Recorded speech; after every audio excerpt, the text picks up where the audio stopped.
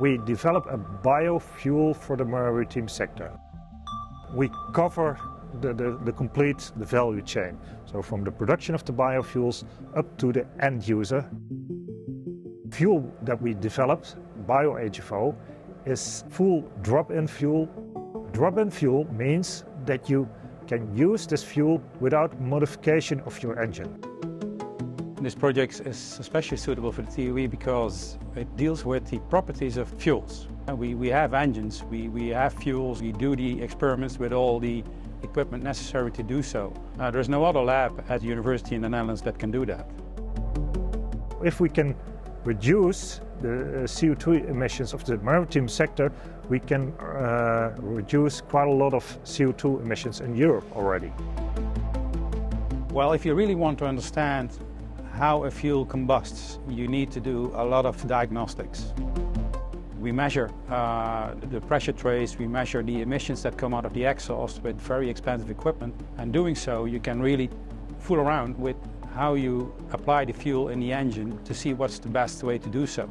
We also have very accurate numerical models, so we can make a digital twin, an accurate representation of the real world. And then you can easily do multiple tests just on a computer to see what is the best way to use this fuel, or even to modify the fuel. And then with that knowledge we can expand this model towards the bigger engine for which the fuel is ultimately tailored for. And in the end, of course, we will try to run such a big engine with a limited amount of fuel.